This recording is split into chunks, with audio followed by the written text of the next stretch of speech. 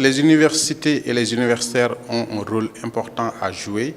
C'est d'abord d'offrir un cadre de formation suffisamment bien élaboré pour permettre à ce que les ressources soient bien exploitées, bien gérées et que cela puisse aussi aider le pays à sortir du sous-développement. C'est d'ailleurs pourquoi nous, en tant que gestionnaires, nous avons choisi de travailler sur cette thématique.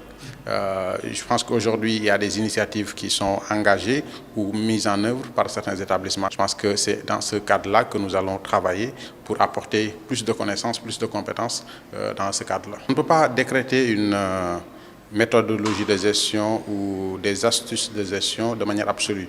Je pense qu'il nous faut une approche partenariale, intégrer l'ensemble des parties intéressées à ces ressources, faire en sorte que leur exploitation ne se limite pas seulement aujourd'hui, mais qu'on soit dans une perspective à long terme. Donc c'est une perspective durable de l'exploitation de ces ressources. C'est autant de choses sur lesquelles il faudrait que le pays s'engage si nous voulons faire des ressources naturelles quelque chose qui puisse aider le pays à se développer. Il faut surtout ne pas confondre ressources naturelles et voir cela de manière stricte. C'est-à-dire voir le pétrole et le gaz. Je pense que les ressources naturelles, c'est aussi tout ce qui provient de la terre, ce sont nos produits agricoles, et voir comment les exploiter de manière plurielle. Nous avons pu pendant 3 jours réunir à l'international, en présentiel et en distanciel, tous les chercheurs sénégalais, des chercheurs du monde entier, africains, européens, américains.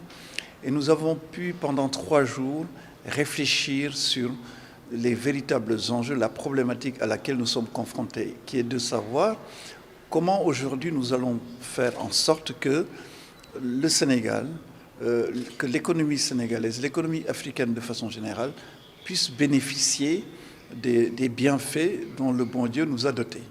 Tout le monde sait que l'Afrique est le continent le plus riche au monde. Mais il y a un paradoxe, c'est que c'est aussi le continent le plus pauvre.